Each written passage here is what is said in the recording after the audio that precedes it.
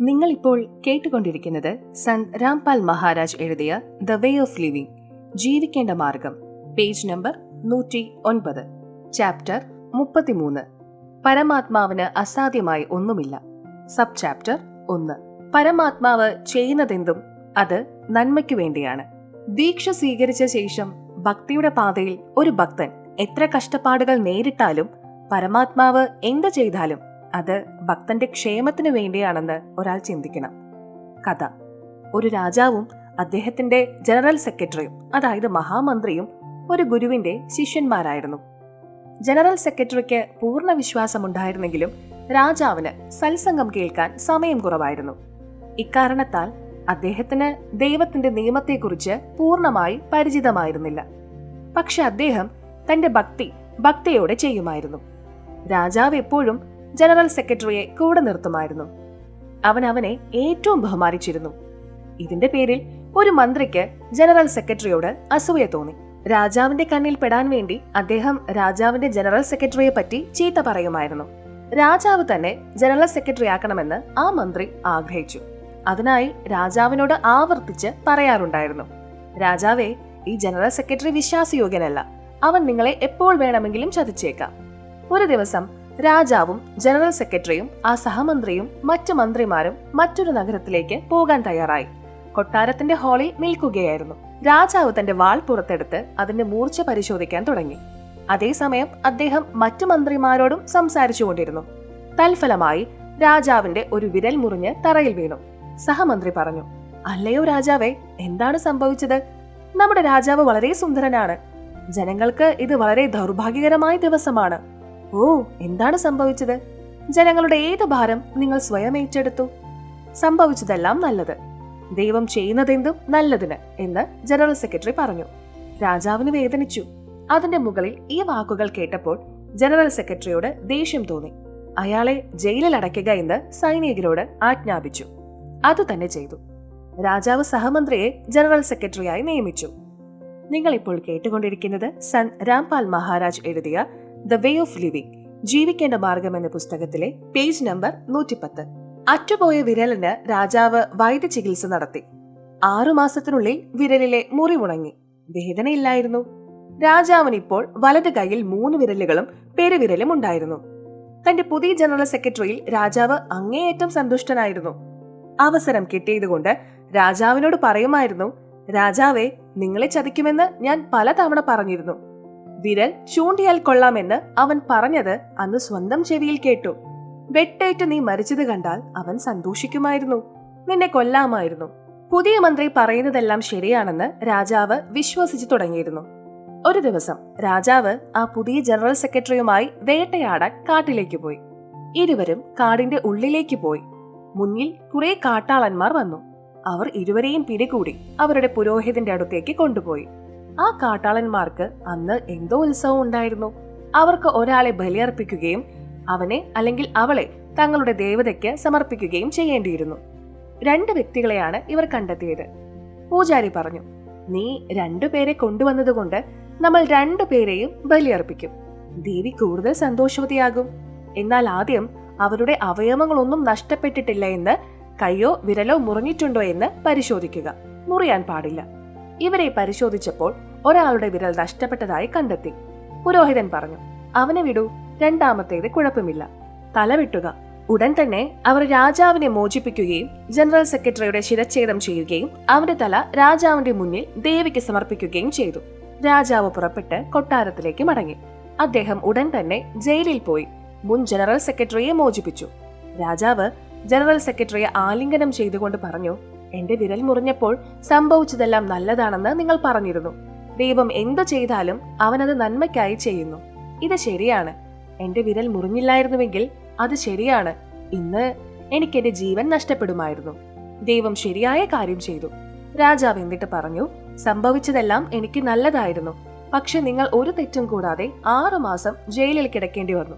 അതിൽ നിങ്ങൾക്ക് എന്താണ് നല്ലത് സംഭവിച്ചത്? ജനറൽ സെക്രട്ടറി പറഞ്ഞു, ഞാൻ ഇന്ന് ജയിലിൽ ഇല്ലായിരുന്നുവെങ്കിൽ ഞാൻ നിങ്ങളുടെ കൂടെ പോകുമായിരുന്നു. അവിടെ തലവെട്ടി ഞാൻ മരിക്കുമായിരുന്നു. 6 മാസത്തെ ജയിൽവാസം എന്റെ ജീവൻ രക്ഷിച്ചു. ഇതെനിക്ക് നല്ലതായിരുന്നു. ഈ വിധത്തിൽ ഒരു ഭക്തൻ തന്റെ ജീവിതത്തിന്റെ പാതയിൽ ഈശ്വരനിൽ പൂർണ്ണ വിശ്വാസത്തോടെ സഞ്ചരിക്കണം. ഏക് ലേവാ ഏക് ദേവാ ദൂതം, കോയി കിസി കാ പിതാ ന പൂതർ. ഒരു കർഷകന് ഒരു ആൺകുഞ്ഞുണ്ടായി.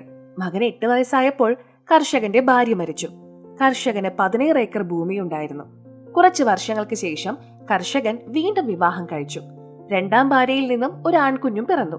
കർഷകന്റെ ആദ്യ ഭാര്യയിൽ നിന്നുള്ള മകന് 16 വയസ്സായി. അയാൾ അവനെ വിവാഹം കഴിപ്പിച്ചു. പിന്നീട് കർഷകനും മരിച്ചു. ഇളയ മകൻ 10-12 വയസ്സുള്ളപ്പോൾ രോഗിയായി. അയാൾക്ക് കുറച്ചു ദിവസത്തേക്ക് വൈദ്യ ചികിത്സ നൽകി.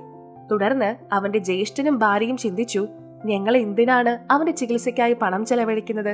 അവൻ മരിച്ചാൽ അവന്റെ വിഹിതമായ 8 ഏക്കർ ഭൂമി നമ്മുടെ പക്കലുണ്ടാകും. ഇതാലോചിച്ചുകൊണ്ട് അയൽ ഗ്രാമത്തിൽ നിന്ന് ചികിത്സയ്ക്കായി വരുന്ന വൈദ്യരോട് അവർ പറഞ്ഞു, ഈ കുട്ടിക്ക് മരുന്നിൽ വിഷം കൊടുക്കൂ, അതിനുള്ള പണം ഞങ്ങൾ തരാം. 500 രൂപയുടെ അത്യാഗ്രഹത്തിൽ വൈദ്യർ ആ കുട്ടിക്ക് മരുന്നിൽ വിഷം നൽകി കൊന്നു. കുട്ടി മരിച്ചത് അസുഖം മൂലമാണെന്ന് ഗ്രാമവാസികളോട് പറഞ്ഞു. ആർക്കും സംശയമുണ്ടായില്ല. ആൺകുട്ടി മരിച്ചത് അസുഖം മൂലമാണെന്ന് എല്ലാവരും വിശ്വസിച്ചു. അച്ഛന് രണ്ടാം ഭാര്യയിൽ ജനിച്ച കുട്ടി മരിച്ച് 1 വർഷത്തിന് ശേഷം ജ്യേഷ്ഠന് ഒരു മകനുണ്ടായി. അവർ ആവേശഭരിതരായി. മകന്റെ ജനനം ആഘോഷിക്കാൻ അവർ ഒരു സദ്യ നൽകി. മധുരം വിതരണം ചെയ്തു ഗ്രാമത്തിൽ മുഴുവനും. അതിനുശേഷം അവർക്ക് കുട്ടികളുണ്ടായില്ല. അവർ തങ്ങളുടെ ഏക മകനെ സ്നേഹത്തോടെ വളർത്തി. നല്ല അളവിൽ നെയ്യും പാലും തൈരും കൊടുത്ത് ശക്തനാക്കി. 16-ാം വയസ്സിൽ അവർ അവനെ വിവാഹം കഴിപ്പിച്ചു. അക്കാലത്ത് ശൈശവ വിവാഹം അഭിമാനകരമായ കാര്യമായി കണക്കാക്കപ്പെട്ടിരുന്നു. ആ കുട്ടി രോഗിയായി. ഡോക്ടർമാരെ വിളിച്ചു വരുത്തിയതിന് പിന്നാലെ ഏറ്റവും ചെലവേറിയ മരുന്ന് അദ്ദേഹത്തിന് നൽകി. പക്ഷേ എല്ലാം വെറുതെയായി. അന്ന് 1 മാസം കൊണ്ട് 1000 രൂപയുടെ മരുന്ന് കൊടുത്തിരുന്നു. വജ്രത്തിന്റെയും മുത്തിന്റെയും പൊടി പോലും മരുന്നിൽ കലർത്തി ആൺകുട്ടിക്ക് നൽകി. ഇതുമൂലം 8 ഏക്കർ ഭൂമിയും വിൽക്കേണ്ടി വന്നെങ്കിലും രോഗശമനത്തിന് പകരം രോഗം മൂർച്ഛിച്ചുകൊണ്ടിരുന്നു. അവസാന ദിവസം വന്നെത്തി. കുട്ടിയുടെ പിതാവ് മകനോടൊപ്പം ആകാംക്ഷാഭരിതനായി ഇരിക്കുകയായിരുന്നു. ആ നിമിഷം തന്നെ കുട്ടി പറഞ്ഞു, സഹോദരാ, ഒരു കാര്യം ചെയ്യൂ. പിതാവ് പറഞ്ഞു, മകനെ, ഞാൻ നിന്റെ പിതാവാണ്. ആ കുട്ടി പറഞ്ഞു, നീ വിഷം കൊടുത്തു കൊന്ന നിന്റെ സഹോദരൻ ഞാനാണ്. എന്റെ പ്രതികാരം തീർക്കാൻ ഞാൻ നിന്റെ മകനായി ജനിച്ചു. ആ കുട്ടിയുടെ അമ്മയും അവിടെ ഉണ്ടായിരുന്നു. ആ കുട്ടി പറഞ്ഞു, 8 ഏക്കർ ഭൂമി എന്റെ വിഹിതമായിരുന്നു. ഞാനിപ്പോൾ അത് തിരിച്ചു പിടിച്ചു. ശവപ്പെട്ടിയുടെയും തടിയുടെയും കണക്ക് മാത്രമേ ബാക്കിയുള്ളൂ. അവ ക്രമീകരിക്കൂ. ഇത് കേട്ട് സഹോദരൻ എന്ന അച്ഛൻ ഞെട്ടിപ്പോയി. ഇരുവരും തങ്ങളുടെ പ്രവൃത്തികളിൽ പശ്ചാത്താപിച്ചു. ദൈവത്തിന്റെ നിയമം മാറ്റമില്ലാത്തതാണ്. ജ്യേഷ്ഠൻ തന്റെ മകനായി ജനിച്ച അനുജനെ ചോദ്യം ചെയ്തു. അത്യാഗ്രഹത്താൽ ഞങ്ങൾ ചെയ്ത പാപത്തിന്റെ ഫലം ദൈവം ഞങ്ങൾക്ക് നൽകി. ഞങ്ങൾ നിങ്ങളുടെ ജീവൻ അപഹരിച്ചതിന്റെ പ്രേരണയിൽ ആ 8 ഏക്കർ ഭൂമി ഞങ്ങൾക്ക് നഷ്ടപ്പെട്ടു. ഞങ്ങൾക്ക് വേറെ കുട്ടിയൊന്നും ഉണ്ടാവില്ല. ബാക്കിയുള്ള ഭൂമി മറ്റാരെങ്കിലും കൈക്കലാക്കും.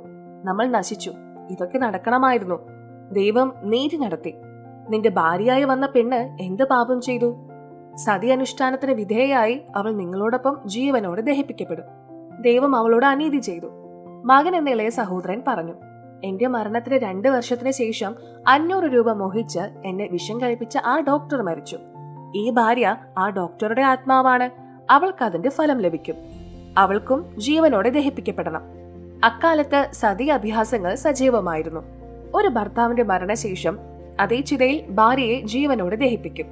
പ്രിയ വായനക്കാരെ, ദയവായി ചിന്തിക്കുക. ദൈവത്തിന്റെ ദൃഷ്ടിയിൽ നിന്ന് ഒന്നും മറഞ്ഞിട്ടില്ല.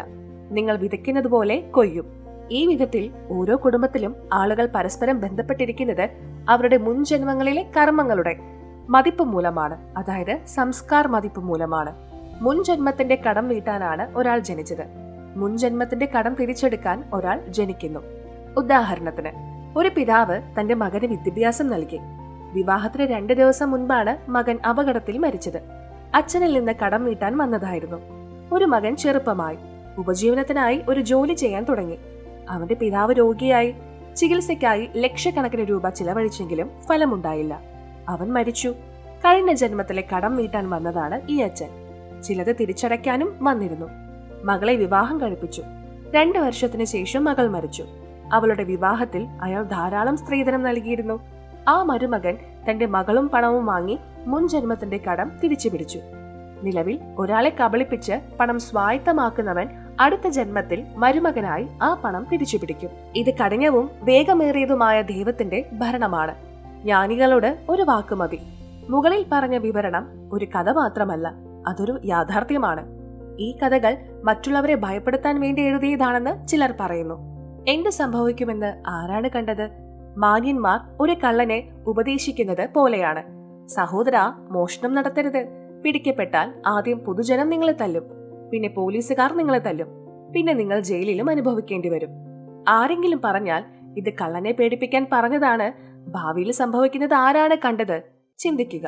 ഒരു കള്ളനെ സത്യം പരിചയപ്പെടുത്തി നമ്മൾ അവനെ ഭയപ്പെടുത്തി. പക്ഷെ അത് സത്യമാണ്.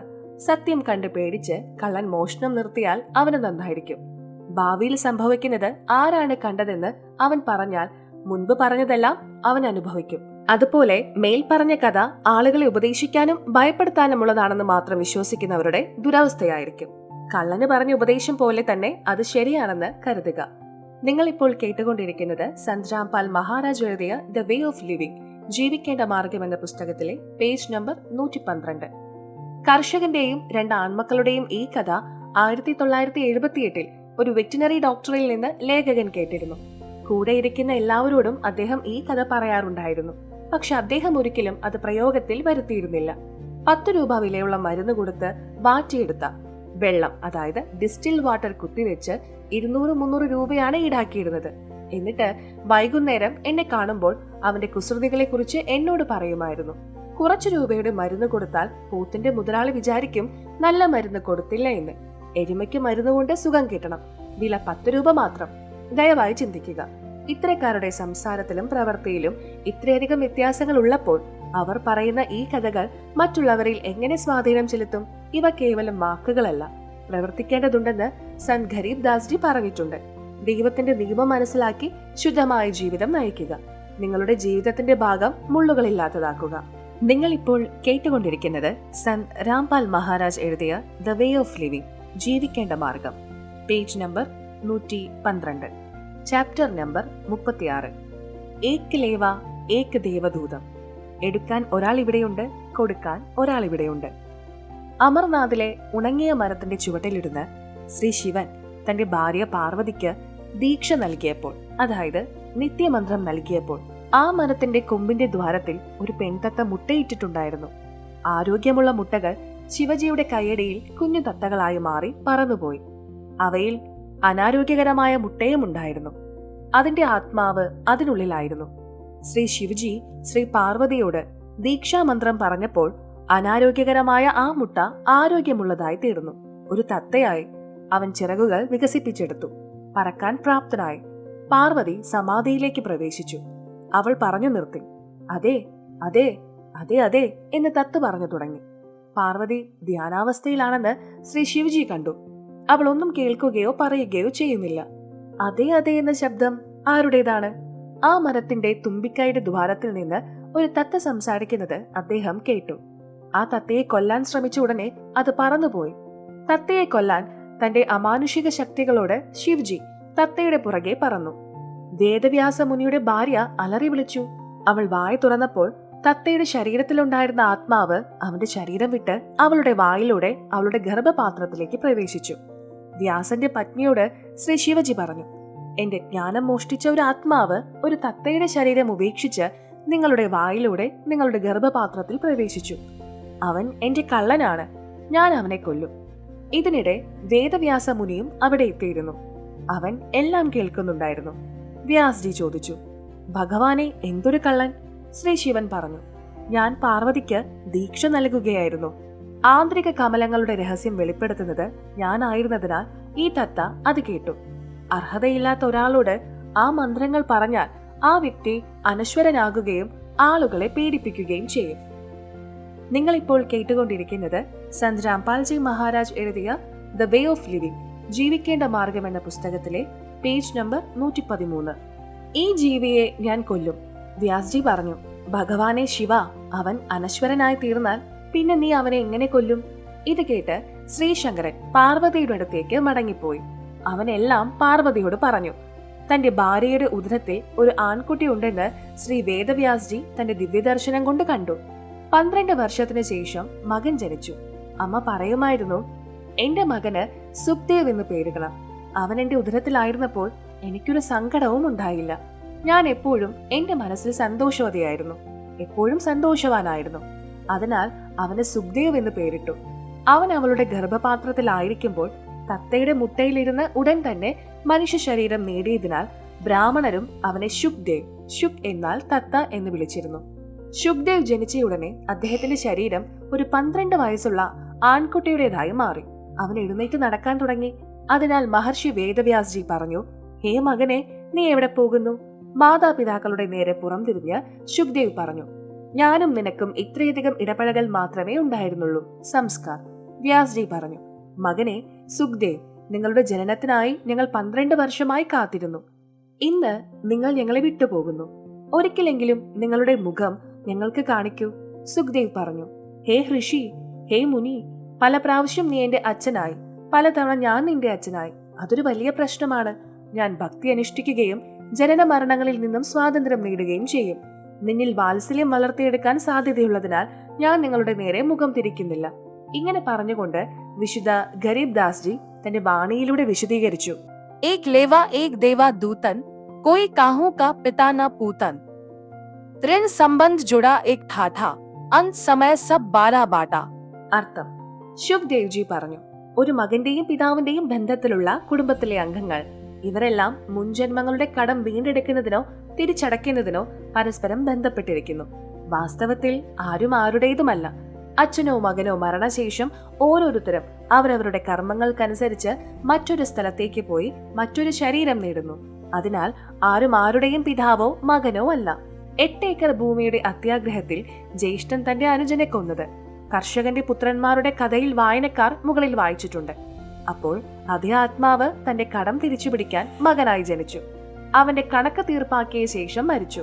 അതിനാൽ ഇപ്രകാരം പറയുന്നു, ഏക് ലേവ കടം തിരിച്ചെടുക്കുന്നവൻ, ഏക് ദേവ കടം തിരിച്ചടയ്ക്കുന്നവൻ, ദൂതം, കോയി കാഹുക പിതാന പൂതം, ആരും ആരുടെയും അച്ഛനോ മകനോ അല്ല.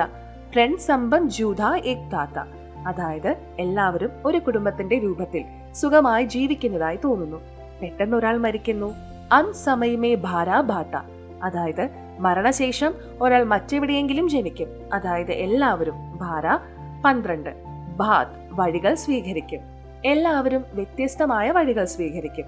പിതാവുമായി ഈ സംഭാഷണം കഴിഞ്ഞ് ശുക്ദേവ് ആകാശത്ത് പറന്ന് മറ്റൊരു സ്ഥലത്തേക്ക് പോയി. പ്രിയ വായനക്കാരെ, അതിനാൽ ഭക്തി ചെയ്യുക, നിങ്ങളുടെ ആത്മാവിന്റെ ക്ഷേമം നേടുക. കുടുംബത്തോട് മാത്രം ഒട്ടിപ്പിടിച്ച് ജീവിതം നശിപ്പിക്കരുത്. ദൈവഭക്തിയാൽ കടവും എളുപ്പത്തിൽ വീടും. നിങ്ങൾ ഇപ്പോൾ കേട്ടുകൊണ്ടിരിക്കുന്നത് സന്ത് രാംപാൽ മഹാരാജ് എഴുതിയ ദ വേ ഓഫ് ലിവിംഗ്, ജീവിക്കേണ്ട മാർഗം, പേജ് നമ്പർ 114, ചാപ്റ്റർ നമ്പർ 35. സംസാരവും പ്രവർത്തനവും തമ്മിലുള്ള വ്യത്യാസം അപകടകരമാണ്. ഒരു വ്യക്തി ഒരു പ്രശസ്ത കഥാകാരനായിരുന്നു. അദ്ദേഹം എല്ലാ ദിവസവും രാമായണം പാരായണം ചെയ്യുമായിരുന്നു. ഒരു ദിവസം കഥാകാരന് എന്തോ ജോലി കാരണം നഗരത്തിലേക്ക് പോകേണ്ടി വന്നു. കൂടെ കൂട്ടാളിയും ഉണ്ടായിരുന്നു. ഗ്രാമത്തിൽ നിന്ന് 3 കിലോമീറ്റർ അകലെയായിരുന്നു റെയിൽവേ സ്റ്റേഷൻ. പുലർച്ചെ 5 മണിക്ക് അവർ ട്രെയിനിൽ കയറണം. അതുകൊണ്ട് തന്നെ കുളി കഴിഞ്ഞ് അവർ റെയിൽവേ സ്റ്റേഷനിലെത്തി. തീവണ്ടിയിലിരുന്ന് പുസ്തകം ചൊല്ലാമെന്ന് അയാൾ കരുതി. അവർ ട്രെയിനിൽ കയറി. ഇരുവരും കയറിയ കമ്പാർട്ട്മെന്റ് നിറഞ്ഞിരുന്നു. ഒരു സീറ്റും ഒഴിഞ്ഞിരുന്നില്ല. കുറെ ആളുകൾ നിൽക്കുന്നുണ്ടായിരുന്നു. ട്രെയിൻ നീങ്ങിത്തുടങ്ങി. കുറച്ചു കഴിഞ്ഞപ്പോൾ ആ കഥാകാരൻ സീറ്റിലിരുന്ന 2 പേരോട് പറഞ്ഞു, സഹോദരാ, ദയവായി എനിക്ക് സീറ്റ് തരൂ, എനിക്ക് രാമായണം വായിക്കണം. ട്രെയിൻ പിടിക്കാനുള്ള തിരക്ക് കാരണം ഇന്നെനിക്ക് അത് വീട്ടിൽ വായിക്കാൻ കഴിഞ്ഞില്ല. മാന്യന്മാർ മുഴുവൻ സീറ്റും കാലിയാക്കി. അവരെല്ലാവരും എഴുന്നേറ്റ് നിന്ന് പറഞ്ഞു, ഹേ ബ്രാഹ്മണരെ, ഇന്ന് നമുക്കും പവിത്ര ഗ്രന്ഥമായ രാമായണത്തിന്റെ അമൃത് ജ്ഞാനം കേൾക്കാൻ കഴിയുന്നത് ഞങ്ങളുടെ മഹാഭാഗ്യമാണ്. പണ്ഡിറ്റ്ജി ഉറക്കെ പുസ്തകം വായിക്കാൻ തുടങ്ങി. വിഷയം ഇതായിരുന്നു: ഭരതൻ തന്റെ ജ്യേഷ്ഠന്റെ രാജ്യം സ്വീകരിച്ചില്ല. ശ്രീ രാമചന്ദ്രജി വനവാസം പൂർത്തിയാക്കി മടങ്ങി വരുന്നതുവരെ ഭരതൻ തന്റെ സഹോദരൻ രാമചന്ദ്രന്റെ ചെരുപ്പുകൾ സിംഹാസനത്തിൽ വയ്ക്കുകയും നിലത്തിരുന്ന് സ്വയം രാജ്യം നിയന്ത്രിക്കുകയും ചെയ്തു. ഒരു സേവകൻ എന്ന നിലയിൽ രാജ്യത്തിന്റെ കാര്യങ്ങൾ സഹോദരൻ രാമചന്ദ്രൻ അയോധ്യയിൽ തിരിച്ചെത്തിയപ്പോൾ ഭരതൻ രാമചന്ദ്രന്റെ രാജ്യം അവന് തിരിച്ചു കൊടുത്തു. ഒരു സഹോദരൻ ഇങ്ങനെയായിരിക്കണം. പാരായണം പൂർത്തിയാക്കിയപ്പോൾ എല്ലാവരും പറഞ്ഞു, കൊള്ളാം പണ്ഡിറ്റ്ജി, കൊള്ളാം, അത് വളരെ മികച്ചതായിരുന്നു. അച്ഛന്റെ ചരമവാർഷിക ദിനത്തിൽ ഒരു ദിവസത്തെ പാഠ് നടത്താൻ വേണ്ടി ആ കമ്പാർട്ട്മെന്റിൽ തന്നെ ഒരാൾ ഇരിക്കുന്നുണ്ടായിരുന്നു. അദ്ദേഹത്തിന് ഒരു വായനക്കാരനെ കണ്ടെത്താൻ കഴിഞ്ഞില്ല. അടുത്ത ദിവസമായിരുന്നു ചരമവാർഷികം. അദ്ദേഹം പണ്ഡിറ്റ്ജിയോട് പറഞ്ഞു, ഓ ഗുരുജി, നാളെ എന്റെ പിതാവിന്റെ ചരമവാർഷികത്തോടനുബന്ധിച്ച് ദയവായി ഒരു പാഠ് ചെയ്യുക, ഒരു പവിത്ര ഗ്രന്ഥം വായിക്കുക. പണ്ഡിറ്റ് ജി പറഞ്ഞു. എനിക്ക് നാളെ ഇത് ചെയ്യാൻ കഴിയില്ല. അവിടെ ഉണ്ടായിരുന്ന യാത്രക്കാരെല്ലാം പറഞ്ഞു, പണ്ഡിറ്റ് ജി, ഇത് നിങ്ങളുടെ ജോലിയാണ്. ഈ പാവം കുഴപ്പത്തിലാണ്. എന്നാൽ വായനക്കാരൻ വ്യക്തമായി വിസമ്മതിക്കുകയായിരുന്നു. നാളെ പാഠ് വേണ്ടെന്ന് വെച്ചിട്ട് എന്ത് പ്രധാന പണിയാണ് നിനക്ക് ഉള്ളത് എന്ന് എല്ലാവരും ചോദിച്ചു. പണ്ഡിറ്റ് ജി അങ്ങനെ തന്നെ എന്ന് പറഞ്ഞ് വിഷയം ഒഴിവാക്കിക്കൊണ്ടിരുന്നു. അവന്റെ കൂട്ടാളി പറഞ്ഞു, എന്തുകൊണ്ടാണ് അവന് നാളെ പാഠ് ചെയ്യാൻ കഴിയാത്തതെന്ന് ഞാൻ സത്യം പറയട്ടെ. അവനൊരു ഫയൽ എടുത്തു. 50 അടി നീളമുള്ള വീട്ടിലെ മാലിന്യത്തിന് സഹോദരനെതിരെ കേസെടുത്തിട്ടുണ്ട്. ഞാൻ അവന്റെ സാക്ഷിയാണ്. നാളെ കോടതിയിൽ വിചാരണയുണ്ട്. അവിടെ ഉണ്ടായിരുന്നവർ പറഞ്ഞു, പണ്ഡിറ്റ് ജി, അത്തരമൊരു ഹൃദയസ്പർശിയായ കഥ നിങ്ങൾ വിവരിച്ചു. നിങ്ങൾ അത് നടപ്പിലാക്കുന്നില്ല. അങ്ങനെ ഒരാൾ പറയുന്ന ഒരു കഥ ശ്രോതാക്കളിൽ എന്ത് സ്വാധീനം ചെലുത്തും? കബീർ ജി പ്രസ്താവിച്ചു. कबीर करनी तज कथने कथे अज्ञानी दिन रात कुकर कुत्ते जो भौंकत फिरेन सुनी सुनाई बात. ഗരീബ് ദാസ് ജിയും പ്രസ്താവിച്ചിട്ടുണ്ട്. गरीब बीजक की बाता कहे बीजक नान्ही हाथ पंथरी डोबन उतरे ये कह मीठी बात. നിങ്ങൾ ഇപ്പോൾ കേട്ടുകൊണ്ടിരിക്കുന്നത് സന്ത് രാംപാൽ മഹാരാജ് എഴുതിയ ദ വേ ഓഫ് ലിവിംഗ്, ജീവിക്കേണ്ട മാർഗം എന്ന പുസ്തകത്തിലെ പേജ് നമ്പർ 115. പരിഭാഷ: അറിവ് പകർന്നു നൽകുന്നവരും ആർക്കും ഒരു ദോഷവും വരുത്തരുതെന്ന് മറ്റുള്ളവരോട് പ്രസംഗിക്കുന്നവരും എന്നാൽ സ്വയം തെറ്റുകൾ ചെയ്യുന്നവരും ആ ആത്മീയ ഗുരുക്കന്മാർ വ്യർത്ഥമായി കുറയ്ക്കുന്ന നായയെ പോലെയാണ്. പരസ്പരം കഥകൾ കേൾക്കുന്ന സമാനമായ തരത്തിലുള്ള മതഗുരുക്കൾ അത് അവരുടെ ശിഷ്യന്മാരോട് പറഞ്ഞുകൊണ്ടേയിരിക്കുന്നു. അവർ തന്നെ അത് പ്രായോഗികമാക്കുന്നില്ല.